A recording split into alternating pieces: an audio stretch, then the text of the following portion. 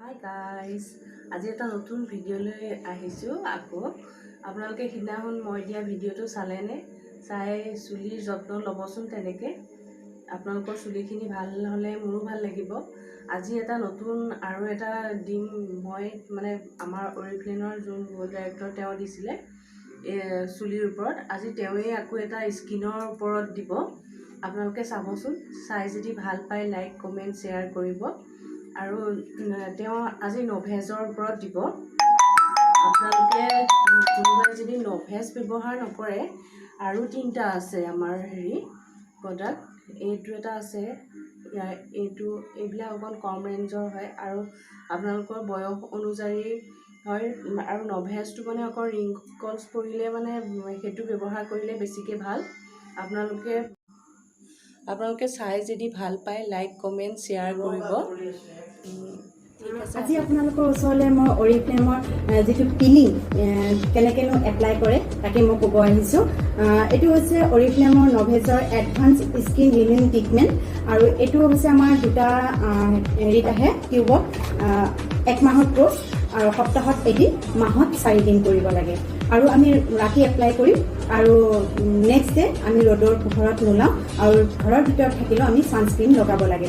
আৰু এইটো লগালে আমাৰ বেনিফিট কি? আমাৰ স্কিনত ৰিংকলছৰ আগত যিটো ফাইন লাইনছ আহে, ফাইন লাইনছটো নাইকিয়া হয়। যিটো স্কিনৰ ইভেন আউট ডাৰ্ক স্পট, সেই ডাৰ্ক স্পটটো নাইকিয়া হয়। ভেলভেটি লুকছ দিব, স্কিনৰ বয়সৰ চাপটো লুকুৱাই ৰাখে। সেইটো কাৰণে আপোনাৰ এই ট্ৰিটমেণ্টটো 1 মাহৰ কোৰ্চ কৰিব লাগে। আমি প্ৰথমতে কেনেকৈনো কৰিম? প্ৰথমতে স্কিনটো আমি ক্লিন আপ কৰিম, কাৰণ আমি যিকোনো বস্তু মুখত এপ্লাই কৰাৰ আগত স্কিনটো আমি মানে কৰিব লাগে, ক্লিন আপ কৰি ল'ব লাগে।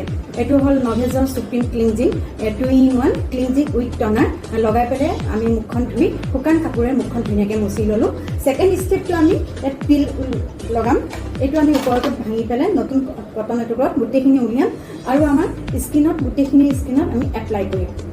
3টা বস্তুত আমি এপ্লাই নকৰোঁ, মুখ, নাক, চকু এপ্লাই নকৰি বাকী স্কিনখিনিত আমি গোটেই এপ্লাই কৰিম। এপ্লাই মিনিমাম আমি 5 মিনিট কৰিম। আৰু তেতিয়া 5 মিনিট এপ্লাই কৰোঁতে মানে কটনত আমাৰ গোটেইখিনি পিল শুকাই যাব, মানে স্কিনৰ ভিতৰলৈ সোমাই যায়। আৰু 10 মিনিট আমি ৰাখি দিম। 10 মিনিটৰ পিছত ছেকেণ্ড আমি নিউট্ৰিলাইজাৰ এইটো আমি ইউজ কৰিম। আকৌ ছেকেণ্ড নেক্সট কটন এটুকুৰ ল'ম, নতুন কটন লৈ পেলাই ঠিক তেনেকৈ 5 মিনিট আমি এপ্লাই কৰিম।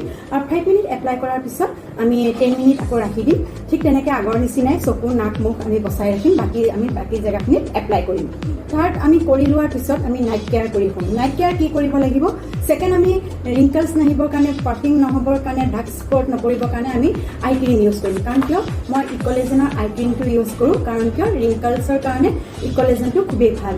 আৰু আমি ৰিং ফিংগাৰ্ছত ল'ম, জাষ্ট এপ্লাইহে কৰিম। তেতিয়া আমাৰ কি নহয়, পাফিং নহ'ব, ৰিংকলছ নাহিব আৰু ডাৰ্ক স্পট নাহে। তাৰ কাৰণে ৰেগুলাৰ আমি আই ক্ৰীম ইউজ কৰিব লাগে।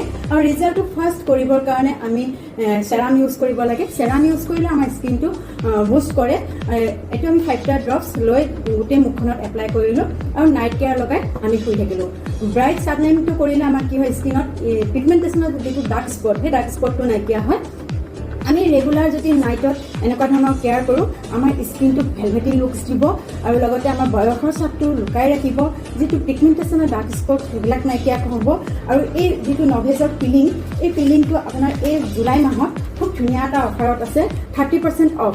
য'ত নেকি ইয়াৰ MRP প্ৰাইচ হৈছে 3,199 আৰু 30% অফ কৰাৰ লগে লগে 2,239 ৰুপিছত পাইছে।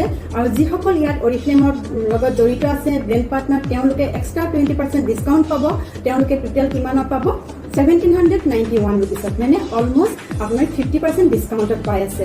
আৰু 50% ডিছকাউণ্টত 1,791ত লৈ পেলাই 1 মাহৰ কোৰ্চটো আপোনালোকে স্কিনত লগাই পেলাই 1 মাহৰ স্কিনটোত আপোনালোকে এপ্লাই কৰি চাব পাৰে। যদি আপোনালোকে ভাল পায় তেতিয়াহ'লে কণ্টিনিউ 2-3 মাহ যদি ইউজ কৰে, স্কিনটো খুবেই ধুনীয়া, স্কিনটো ক্লিন হৈ যাব আৰু লগতে ডাৰ্ক স্পটবিলাক নাইকিয়া হৈ যায়। তো সকলোকে মই ক'ব বিচাৰোঁ যে আপোনালোক সকলোৱে অৰিফ্লেমৰ পিলিংটো অফাৰত থকা মাহটোত এপ্লাই কৰে। Thank you. আপোনালোকে চাই ভিডিঅ'টো কেনেকুৱা পালে?